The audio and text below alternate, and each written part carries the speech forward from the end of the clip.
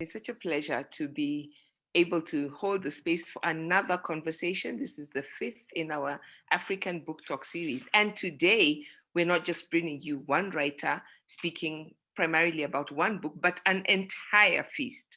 Those of you who have joined us before would be familiar that what we normally do is we have one writer and we talk about that writer's journey. We talk about the different works that they have done, whether it's short stories or novels, and then we zero in to one work, one primary work that we then spend most of our time talking about. But today we decided to do something different. We are going to bring you the editor of a literary journal. And we're going to figure out what it takes to create a home, a space where all these different artists can come, can have a conversation across the different genres around a particular issue. But before I go into introducing and beginning our conversation with our guest, Franklin Sunday, who is one of the editors and one of the co-founders of the journal Down River Road, which we'll be featuring today, let me give you a little bit of a taster of it. Normally we start with the first 3 minutes of the story. And this is the first 3 minutes in a way of the story. And this is from the introduction to the second issue. It is an issue on ritual. But these are the words of the editors. Introduction. On a bench in Nairobi CBD, Franklin Sunday talked about his motivations for starting a literary journal. He said, "Some people use their savings to buy land, a house, a car. I used mine to start a lit mag." Here, we present to you the second issue of said lit mag. It would be imprudent not to note that we would not be here today had Frank and Clifton Gashagwa not thought it was a good idea to use their time and resources, both financial and otherwise, into bringing this venture to fruition. The temptation at this point is to say something about the pouring their blood into DRR, but we'll shy away from the cliche. Instead, we think back fondly and otherwise to December when the first issue of DRR was launched. It moved through the city, hand-delivered by Frank and Cliff, sold at bookshops and festivals, copies passed from friend to friend to friend of friend. It was an experiment in publishing, in trust and friendship, in distribution and reading cultures, and in further experimentation. And somehow, less than a year later, we've managed to make the second issue, Ritual, possible. But what a less than a year it has been.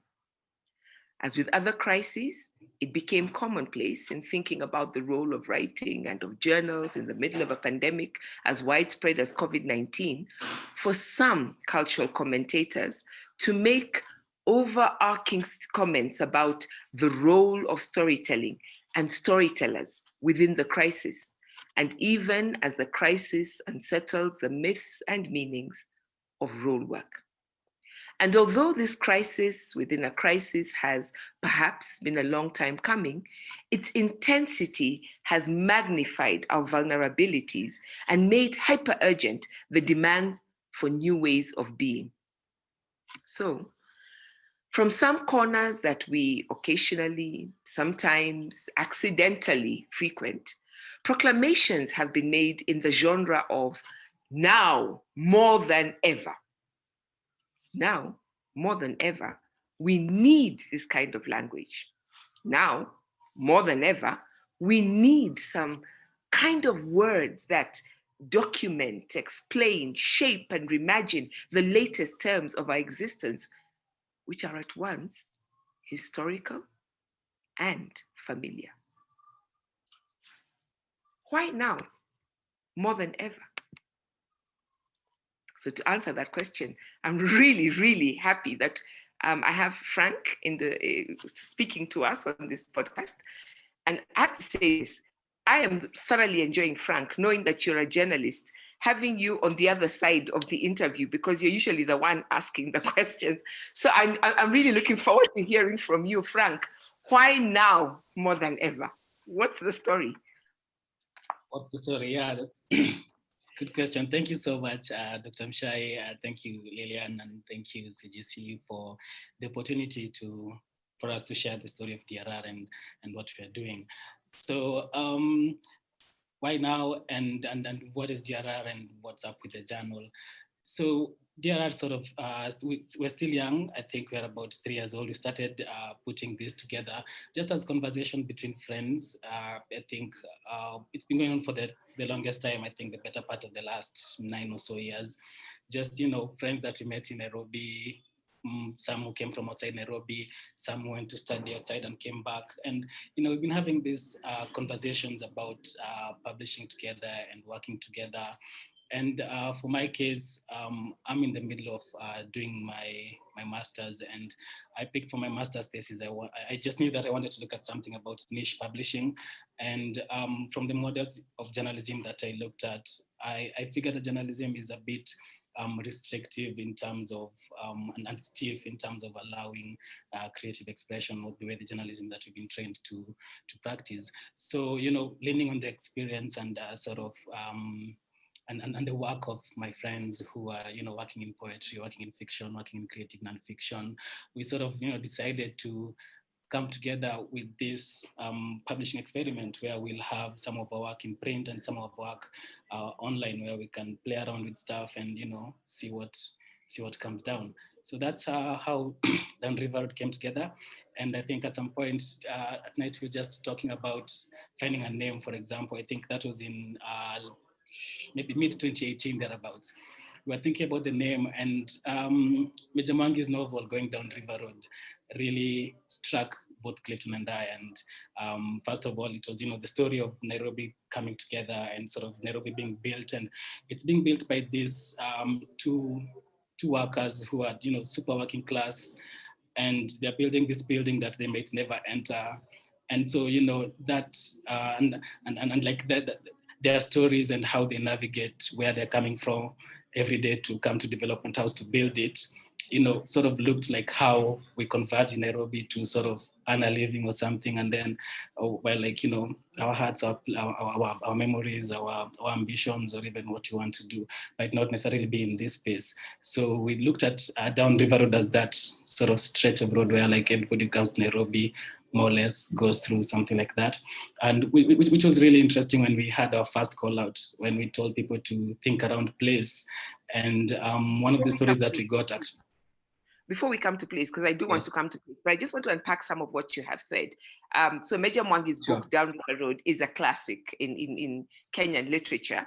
And River Road is a very specific place. So I know we're going to come back to that. But I just want to go back to a few things that you have said, because I think the journal is, it came out, the first issues came out last year. Right. And that's when most of us got to hear about it. So I'm finding it really interesting that you've said that, people, it was this conversation, long conversation that had been ongoing. And you also have answered a question I was going to ask, which is, you're a journalist, and why you went into so many of these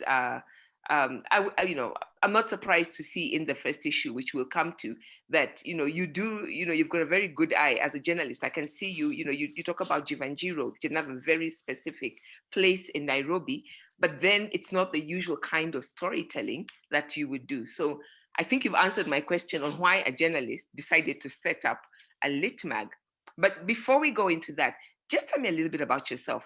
You are a journalist. You work for, you write for actually not just one newspaper. I think you're known. Many Kenyans will know you in terms of one newspaper, but I've seen your work for different outlets. Just tell me just a little bit about that, because I'm trying to get a sense, and we'll talk about the rest of the team as well as we go, and then we'll come to the issues. Tell me, who is Frank? Because I want to know, maybe one day I too will say, instead of buying a car or a house, I'll start a lit mag. I'm trying to figure out who is Frank, which person, which African takes good money and puts it in a literature magazine. So tell me, who is Frank? No, Mazin, I don't. Good question. So let me see. Who's Frank? So I think I'll just define myself by my profession at this point. I'm a journalist. I've been practicing for, I think, 10 years in July. And I love reading, and yeah, I've just like grown up with stories and stuff, and that's how I ended into journalism, to tell stories. But like throughout my career, my interaction with journalism has been a bit combative in a way, because of the forms of literature that you ordinarily consume, sort of to get informed, and what the mainstream media in Kenya allows you to put out. So that disconnect really frustrated me. And in 2016, I was lucky enough to win the David Astor Fellowship. So David Astor was this, guy who sort of started the Observer, or helped fund the Observer when it was starting and stuff. And his story is also quite interesting. And so the fellowship allowed me to go to work at the Guardian for a couple of months, and then also to work at the Economist and the Mail and Guardian in the US, and in the South Africa. So I got to experience different media markets and see how the media works, and how journalism is done. And I saw like it's the same all over the place. Like if I'm ever to do like a journalism startup, I will always be restricted with sort of the same structures of rigidities of style, for example. So talking with my friends and having these continuous conversations. Clifton, who's my co-founder, we were roommates back in campus. In campus, we sort of started also another magazine in campus. We're just sort of posting poems and think pieces on notice boards and stuff. And then we started putting it into an A4 printing thing that we were just distributing for free. So, during that period of campus, you were like, this is something that maybe we could explore after this.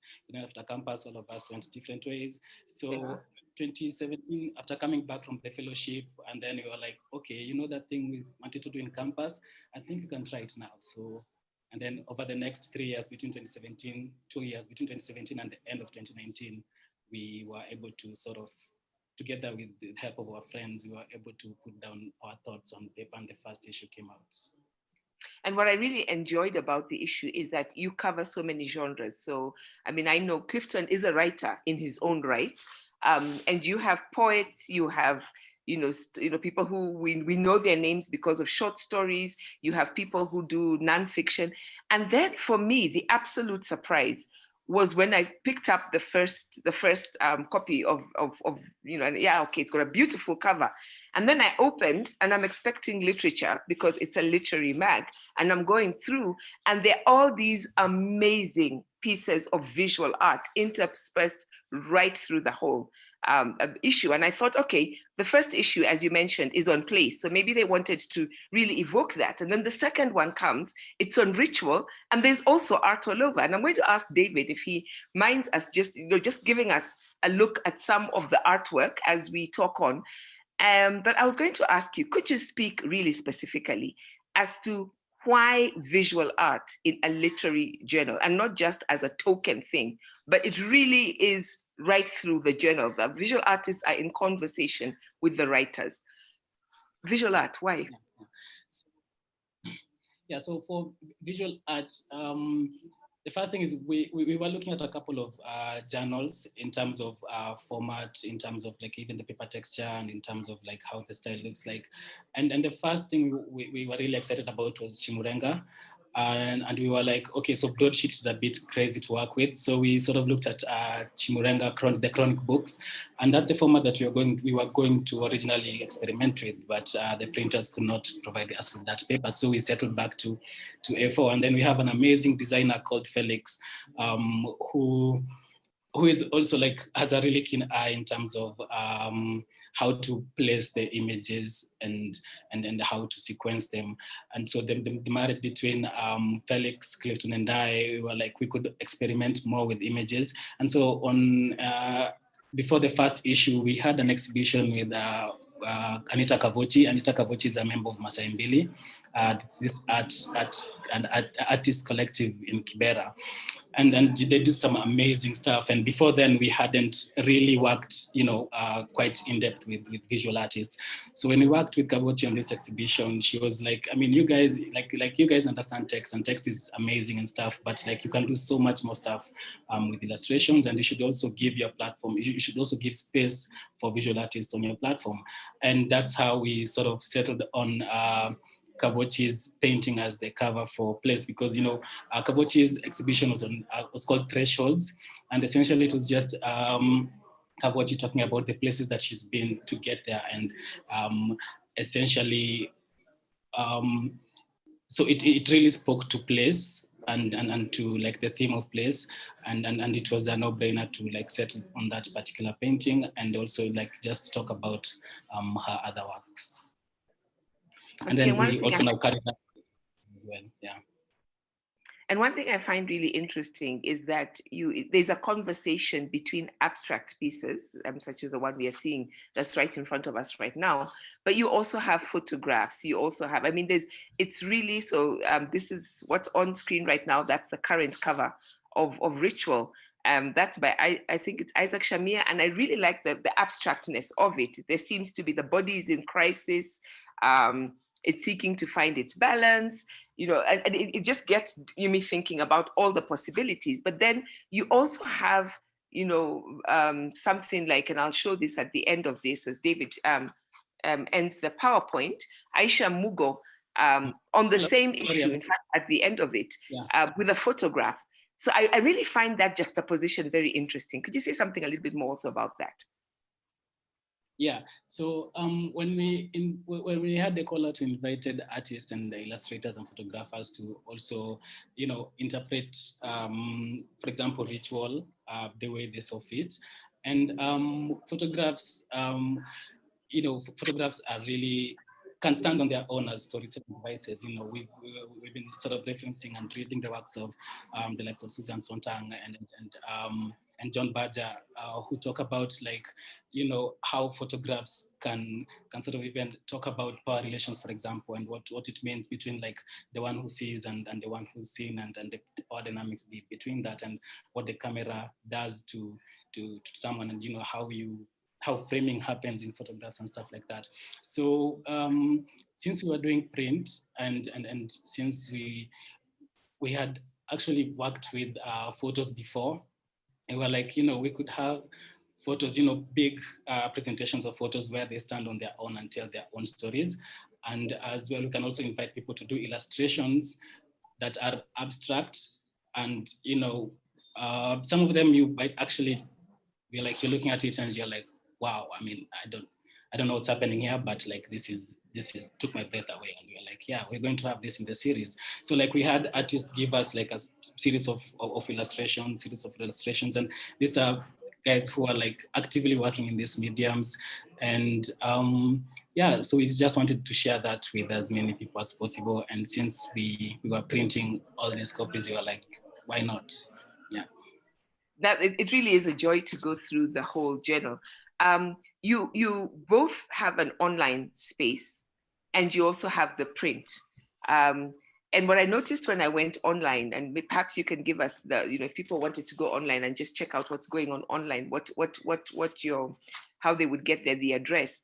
I noticed that some, for instance, if I go to the issues, some of the stories are available, some of them are not. So my question is, if somebody is out of Nairobi, out of Kenya, I actually don't even know if I think you do deliver outside Nairobi, but if somebody's out of Kenya, is there a way they could get hold of the print journal? So just start by telling us, where do I go online to find you? And then if I do want a copy of the print, what happens there? Yeah. Okay, so at the moment we are actually still working out on distribution. Like last year was really crazy in terms of issue 2, because we had this call out, and then so for issue 1 we had only contributions from Kenya, but for issue 2 we had contributions from all over the places. We had guys from India sending us stuff, guys from Trinidad sending us stuff, people from West Indies. So like, and this was, so what happened at this time, we were like, because our policy is also to give contributors, contributor copies, we wanted to try to get DRR in at least the capitals. We're talking Lagos, we're talking Joburg, London, New York, and stuff like that. Manchester. But then COVID happened, and then we couldn't, we were not able to do that, and then we were stuck a bit with the copies. So at the moment, we're just using like personal friends and couriers. If you know someone who's going to London, if you know someone who's going to New York, give them 10 copies here, 5 copies there. We haven't sort of figured out how to do let me say, international distribution just yet, because we're just small, and yeah, we're just doing it right now on a friendly basis. But we can do regionally. I think for the last issue we did Zanzibar, we did Tanzania, we did Uganda, and we're just sort of hoping that, slowly by slowly we'll be able to spread out, and even as, like, travel things normalize and stuff, we'll be able to find couriers who can send us abroad, affordably. Yeah. So what is on the site, mostly we do excerpts, sort of to just give people a taste of what is the journal, and then now to direct them to places where they can buy the journal as well, because it's also a way of raising funds for the next issue. Yeah. What's the site again? What's the site? Downriverroad.org. Okay, downriverroad.org. Downriverroad.org. Yes. Before we go to talk about the issues, I want to talk about the people, right? And you've talked about the artists, and we've mentioned, how you got on board. And the reason I asked that other question was the first issue seemed to me very much a conversation among Kenyans, at least Kenyan artists. Yeah. And then the second issue, it seems to be a continent-wide conversation. And that's why I was specifically interested in that. Could you tell me a little bit more about the editorial team, the people behind the journal? And I should say that the words that I read at the beginning were actually by the editors of the issue on ritual, and these are Wairimu Mureithi and Kerry Baraka. But then you have an interesting structure. You've got your editorial team, and then you've got editors for each issues. Tell me a little bit about the back end. I think you've got a photo editor. How do you organize, and who else is involved? Okay, so what we do is, I think the core team at this point is myself and Clifton, and then last time we had one boy join us to help us with the administrative and the social media work and the communication work. What happens is each issue we invite people to help us edit, in the spirit of curating together and making together, and also, leaning on as many perspectives as we can, understanding that we don't know everything. We started from like a point of questions, and we knowing that we don't have all the answers. So whenever we have the opportunity to reach out to people who can help us edit, or who can be interested in editing fiction, non-fiction, or poetry, we are really glad for that. So for issue 1, we had Bethel Mude as the series editor. And Bethel is also a very interesting and amazing poet. And then for issue 2, we had Wairimu Mureithi and Kari Baraka to help with the series editing. And then, so what happens is when a series editor comes on, our work is just to sort of get the submissions, do the readings, and then curate some of it, and then, hand the process over to them. And then they also now do their own selection, they do their shortlisting, and then they also now do the back and forths. And we are the intermediary between them and sort of the readers and stuff. So the project now becomes theirs. It's for Ritual now. Ritual is just for Wairimu Mureithi and Kari Baraka, for example. So it's also an idea to also remove ourselves from heavy editing, so to speak, because also there are also some challenges that come about when you have just one perspective doing all the editing, which is something that we really avoided. Now the right. Also sorry, can I just add on to this? Mm-hmm. Yes, Clifton, please do. Clifton. Also, that's the idea is you have Nduta and you have Karibaka, and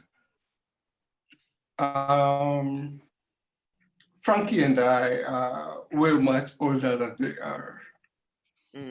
They're in their 20s, and they're amazing, really, really great writer. So the idea is to have them be part. How does a conversation happen between all of us? Yeah. That's the question. That's always going to be the question. And they're amazing writers. That's it. And indeed, talking about your amazing writers, one of the things, especially for a journal, I just thought was so amazing is that your first copy, as I said, it's a much smaller issue. It's people who are more or less in the same, at least national space or connected to it. And then, and as I read earlier, it wasn't even that you have a major distribution channel. You really worked the, friend to friend and friend of friend kind of thing. And then the second issue just seems to explode into this conversation across the continent. And I just wondered if you could say a little bit about that before we go into one of the issues. Let me just tell you, one of my favorite things about the second issue, even the first issue, is the way that when you go to the writers' bios, not only are they speaking from all over, but also each of them shares, most of them at least, share a little thought about what they think about the idea. And then they go into, and so when you read that and then you go to the story or you go to the piece or the visual art and you go between them, it is so fascinating. Could you say a little bit? I know we've got very many writers and it's a bit, you can't talk about every single one, but just give me a sense of how you got this wonderful community together. And thanks for the compliment. So what happened with the call out for issue 2 was that I think issue 1 was really a success. I mean, it went even beyond our expectations. So when we did the call out, so issue 1, we got about 210 submissions. So when we did the call out for Ritual, we got about 400 submissions. And the task of going through them and knowing what to include and what to leave, but it was really, really excruciating at some point. Not less because someone was working from New York, someone was working from Kenya, someone was working from, and then it was just when COVID was starting, and oh my goodness, it was really crazy. So it was a really interesting experience, and I mean all those pieces that went in there. I think the hardest part was like leaving out some of the stuff that we couldn't accommodate. And so I think, yeah, we got a very, very eclectic mix of contributions. I mean, I'm trying to think about, for rituals. So we had rituals on food, and even the call out that Morethi and Kari circulated was quite interesting. We had a long ass call out of about 1,000 words and stuff, and Kari and Wairimu just did like a paragraph, just tell us what you think about rituals, rituals of sending text messages, rituals of shitting, rituals of etc. And it was like really, really concise. And that's how people just interpreted them in their own way. But still, when we were reading together and selecting the pieces, it was quite interesting to see it coming together as a cohesive whole. So when you talk about maybe Ophelia's ritual of cooking as making home, and how we carry the fragrances of smell with us, and memories of our parents cooking and like our grandparents cooking, and how this means to someone who's in the diaspora, versus maybe when you talk about Caris Lewis' short story about a girl defending herself from sexual harassment on a bus and stuff like that. Let me think about, so there's a poem also by Conley that sort of invites the line structure, starts from the bottom to up. So it is sort of this let me say, bending of or even breaking of the rules of how you're supposed to do your lines in poetry, and how you're supposed to do syntax, which is really, really interesting. So everybody just went wild with Rachel, and it was really, really interesting to put it all together. Yeah, so from about the first issue had about 16 pieces. This one we had about 42 plus pieces thereabouts. Yeah, and I want to invite you to do a reading from Place, so we can also talk about Place. But as you were saying that, just as you were going through that, if I can just take a minute, actually less than a minute, I was struck as you were talking about it, how you start out as you go through each piece, your understanding deepens of this word. So I'd like you to, before you talk about Place, to just give me an idea of why you chose just a single word, and you just threw it out there and then told people think, and then we can talk about Place and a little bit about Ritual. But I wanted to just, as you were doing that, I'm looking at the bios, and I really like how Katleho Kano Shoro talks about Ritual, because for me, what she brought up was this sense of growth, that as I think about it, there are just so many ways in which even I, as one person, is thinking about ritual. And she says, before, when I was confronted by the word ritual, I encountered it as a solemn matter that required a particular uprightedness, carefulness, and collective presence. It was ritual as preservation, ritual as sanctity. Then I mourned the passing of a loved one. After the ceremonial and collective aspects, the mourning continued. But this time, it was up to us as individuals to observe and perform this ritual daily. Ritual as performance, ritual as routine, ritual as cleansing. Ritual became personal. Then I found whim and magic in banality. So ritual became whimsical and banal too. Now, ritual is all the things it was before, except the very personal, whimsical, and banal interplay with the serious and sacred. They too are sacred and seriously political. And then she just talks about how this relates to her story. And I'm not going to say what the story is about, and how the pandemic itself, quote, forced us to take stock of our humanness, reestablish routines, and reconfigure rituals. This is what I love about the journals. You really make us think about words. So why words? And as after you say that, please tell me about place. Give me a reading from place. All right. Cool. So I think I'll also, I'll start with place, why words and why there's just that reflection from that one particular place, unintended. So thing is, what we did with place was, this was partly our conversations with Bethel Mudel again, once we decided that, it's going to be our series editor. So Bethel Mudel in 2018, they worked on this project, Wana Kuboeka Philharmonic, which was a sort of an experiment in making together and stuff like that. And I remember there's like this one bit with this essay that he writes about moving through Nairobi, and how, one of the questions that we answer the most as Nairobians is when you're on the phone is uko wapi, where are you? When someone is calling you, first thing says like uko wapi, where are you? So like this continuous thing that's asking you about your place, whether it is psychologically and whether it is physically, and there's also, let me see, I forget the example right now. So yeah, so we sort of invited people to think about where they are at that particular time, and the question of contemporariness and stuff, because also BM talks about this thing where like we want, contemporaries who are also our contemporaries, and how the now, what the now means. There's this song about by Wakadinali that says, ulikuwa wapi, where were you, and where were you, and always this saying, people will ask you, where were you when they burned the world, where were you when the world burned down, and stuff like that. So the question of place always came back to us, like, we are constantly being asked to think about where we are at a particular time.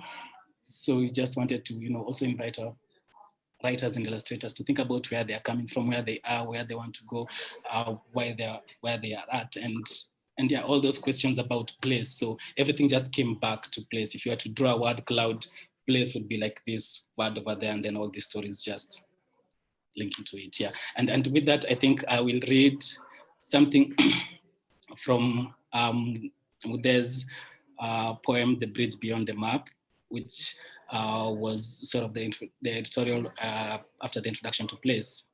Yeah. So let me see. Our witness is the cable that holds up the bridge. What are the coordinates to map a territory of porous borders of self? Katie wraps the news, wrapping the evenings in disrespectful laughter. Take me by the hand, show me the way I can go. Take me by the hand and show me the way to get lost in the mutuality beyond what Marx imagined as the commons, the infinite limitations of what we make as our collective subjectivity. Njoki holds space to author a doorway to another way of grouping. Is there anything but the group? We think of habits and habitation, but inhabit a neighborhood where depth is infinite. Bottom is there, but depth conceals it. Where is the bottom of the utopia we are making? Yeah, I'll stop there. Yeah, I'm thinking, as you say, one of the things I liked about the place is that, I first thought it's an obvious one because you talk about downriver road, so that very much centers us on a place. But then as we get in, the way people think about place, as you've illustrated in the poem, people make places, but places make, perhaps more often places make people. That's what Idza Luhumyo says. There are people who talk about places belonging, but then also people who talk about place as not belonging, the thing that marks you out as not belonging, places an idea. And for me, it is the way that these ideas, are in conversation with each other that really, really spark, and that there is no wrong way or right way of doing it. Earlier on, you talked about right at the beginning, and I think this is in when you talk about in at the beginning of place, that part of what you're doing as a journal is this sense of looking for the alternative, this sense of looking. I think that the way it is put is that we are interested in the margins, in shifting centers and new spaces that exist in this space where we call the alternative. Speaking of alternatives, I can see that Kerry Baraka is curious about your hairstyle, which he thinks is an alternative to what he normally is. What is it that you're trying to do? Why are you trying to take us into the space of what we're not used to, into this alternative space? Okay, good question. I think so. For us, as you were thinking of a journal coming from the different experiences we've had with publishing, we were sort of trying to imagine, let me see, how do I put it? Let me see. We've experienced. Do you want to say something? We've experienced Kwani, Story Moja. So the question Kwani is, and Story Moja being both, Kwani was a journal itself, it published books, it was a festival space. Story Moja publishes books, it's also a festival space. So you're coming out of these spaces and having experienced them? Yes. Yeah. So, well, I was both employed. So the question is, how do we put this differently? Or how does Frankie make this different? Yeah, and then also, it. So what we learned as we are putting it together, and even now as we continue, distributing and stuff, is that there's so much work being produced, and even I think we need to amend that small introduction, because like the people who say that there's new work. No new work, so to speak, or something like that. And what essentially we thought of the alternative, and then there's a part there that says that to fashion a world out of a small corner of the internet. So what we are telling guys is essentially there's the certainty of knowing, but we are starting from a point of questions and not knowing. And we invite other people to this thought experiment to see now how do we move from what we know towards what we don't know, which I think is like the biggest exercise of creativity and of like production or something like that. So I don't know about the word alternative. Because you asked alternative to what? Yeah, because like because someone asked alternative to what? Clifton, sorry? We have 1,000 books, how do we sell them? Yeah, so there's another phrase you use which I quite like. It is, which you say is the journey to becoming who we is, which I thought was an interesting one. And that also takes me to something else. If I go on the online site, so there's yes, you have the issues, and the issues, which are the two of them, are both important, but you're also doing a lot of other work. There are two sections of the online space that I was fascinated. Mavagonio. What the heck does that mean? And where? And under Mavagonio, it seems to me that you're working with more than just an issue. So talk to me about those two spaces. What do those words mean? And what do people expect when they click there? Yeah. So Mavagonio is sort of this section we have where when we have the first call out, when we had the first call out, we got some stuff that was quite experimental and quite avant-garde, and we really didn't know how or where to place them. And we knew that in subsequent call outs we'll have work like this.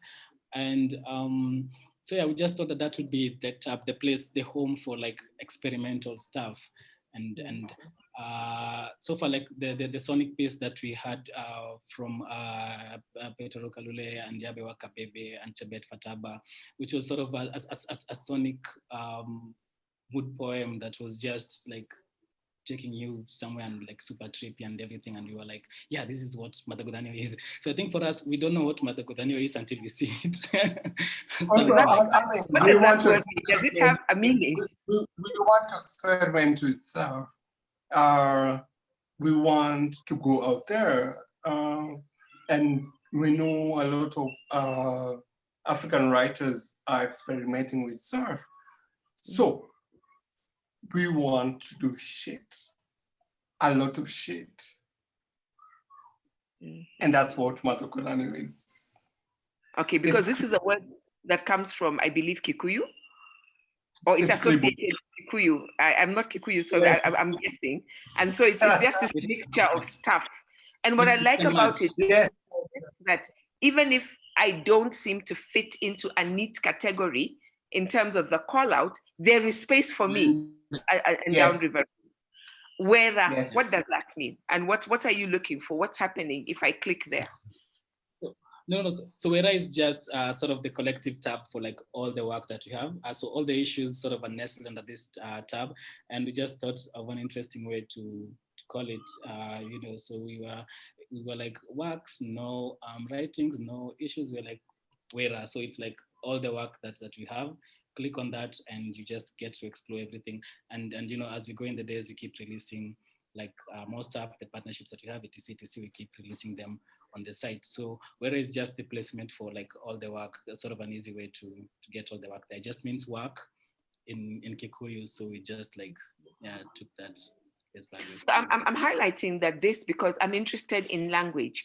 As I go through the stories, as I go through the poems, as I look at the work, people use a lot of other languages that slip in depending on where the writer is coming from. Your submissions are primarily in English, I believe. Can somebody submit a story or a poem or something that's in a completely different language?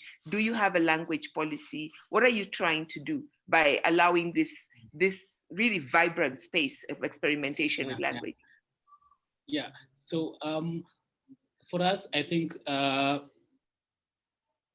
Downriver Road, and as an idea, as a journal that also looks at class, for example, language is important to us in terms of like, just the way you have said, code switching, people code switch depending on where they are at, or like, depending on which class they are performing their being at that particular time. So like if you're with your workmates, you'll do English. If you're at the garage with your mech, you'll talk in Sheng or in Swahili or something like that. If you want to bargain, you'll maybe talk in vernacular. So, language for us is really important in terms of a signifier of how people navigate communications.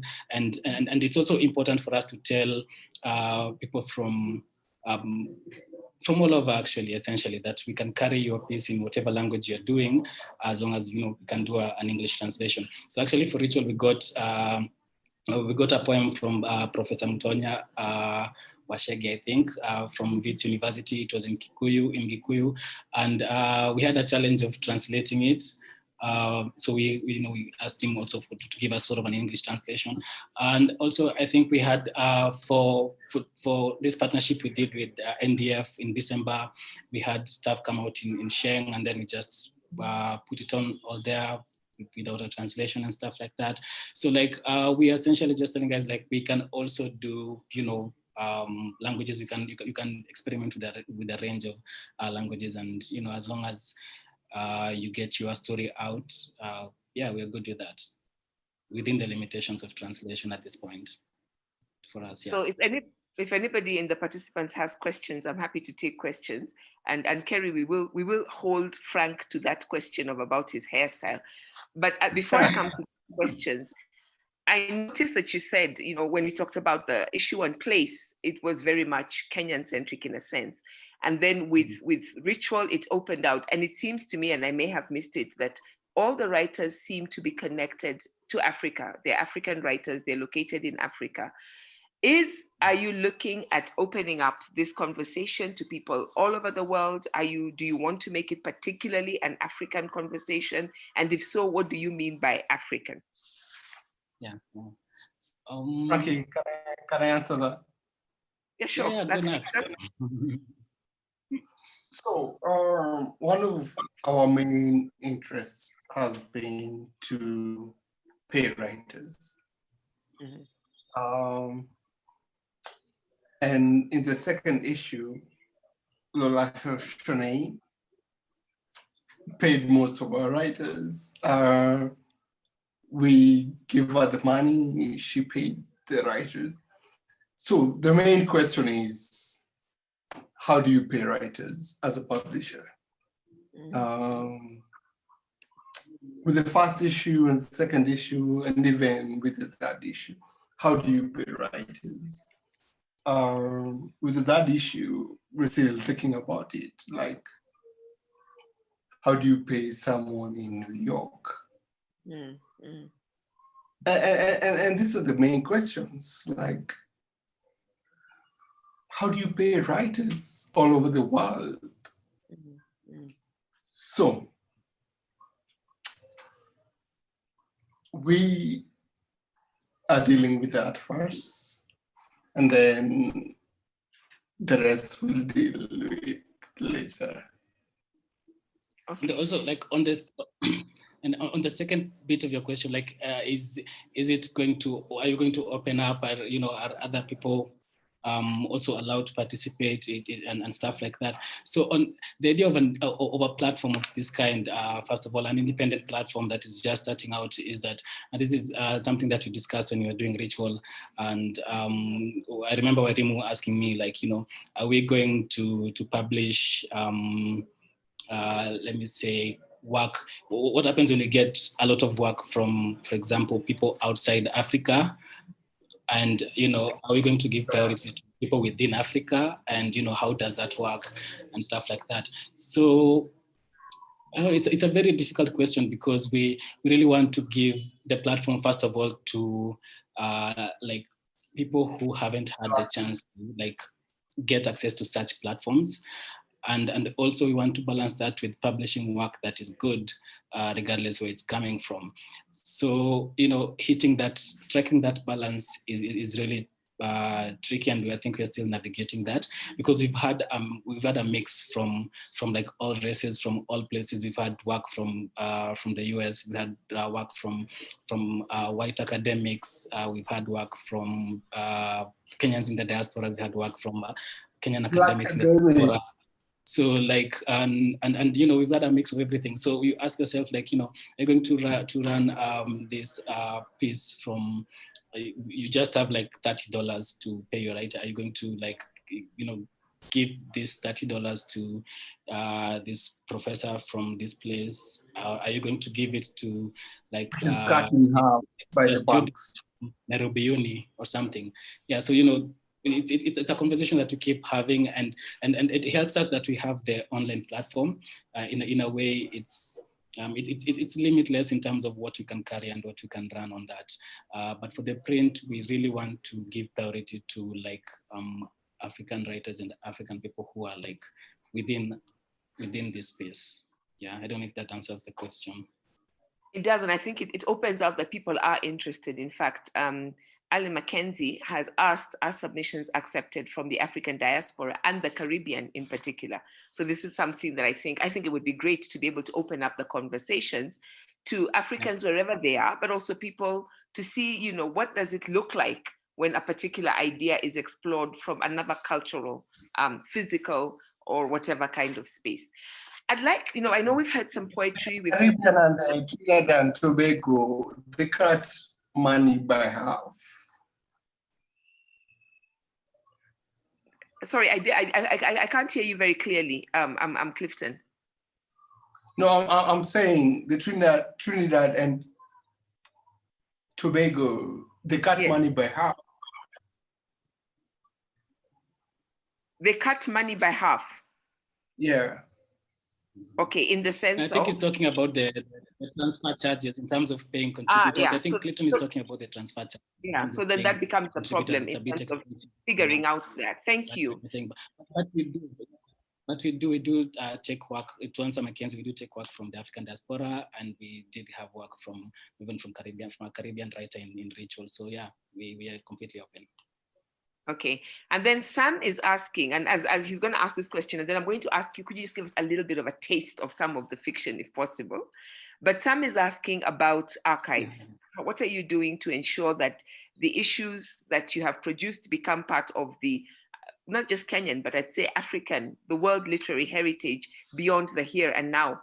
Because often what happens is that these journals just disappear. You know, they're there, and if you miss them, you miss them. Yeah. That's why actually we were really insistent on print despite the expense, because like, you know, our website, you can wake up tomorrow and our website is gone, and then you just have dead links of stories. But, you know, print, if you have like 1,000 copies of Ritual that are out, 10 years from now, 15 years from now, you might just find a copy in a basement somewhere and can be passed on to someone else. So in a way, that's how we approach archiving the work that we have. The print is like, I think, the best archive or form of storage for this particular work. Also in terms of like going back to like, you know, seeing how we were thinking towards these things, and you know, in retrospect, that is like 5 years later, I keep looking at the first, second, third, and even all the way to like 25, 6 thereabouts, and I'm always just, you know, mind blown about some of the work that is in there, and I always discover interesting stuff. I don't know how that would be if it was online. So yeah, print for us is the first defense against erasure, and the fact that we try as much as possible to send copies everywhere, and we still have a couple of copies like for store and stuff like that, because we know that, you know, in future ones we are able to have international travel, international mailing, we're able to send more copies outside. So yeah, I say like print is not dead. So yeah, I don't know if that answers the question of the archive. We're drawing to a close, but I wondered if before we just do the sign off, could you please just give us a bit of a reading, perhaps from fiction, something? Yeah. I had actually selected a piece from Lutiveni Manyanja's Morning Period. So let me just read this. According to Miriam's mother, Lily turned up for Aunt Flora's wedding committee meeting and introduced herself as Bibia Jemo. She had the kind of hairdo that was only seen on schoolgirls' heads. Rows of neat lines, all meeting at the back of her head, then tied together with a black string. Her hands appeared more aged than the rest of her body, veins protruding and palms rough, maybe from picking tea, maybe from digging for hours, or maybe just harsh detergent. Miriam's mother said later that Lily Wajemo contributed to the wedding kitty. It wasn't as if she'd just come to ask for help. Her turning up like that reminded everyone about Sharon, the other disappearing relative. Sharon was Jemo's older sister. She disappeared in America, no letters or phone calls. So that was like a piece that you know, we got from Lutivini, and it was, that particular phrase was just, you know, for anybody who studied abroad and for anybody who's like had a long stay abroad or something like that. There's something that immediately just jumps to you about, you know, the ritual of surviving outside, and like she talks about the uncertainty of work abroad, and that disconnect between the relatives who are there and those who are here home, and how it comes about in funerals and stuff, and the taboo around missing funerals and all that. So it was like a really interesting fiction piece for us. And there's more. I would like to invite guys to, you know, go online, check us out, and also just, you know, get copies, talk to Kwani Bookshop. They have our copies.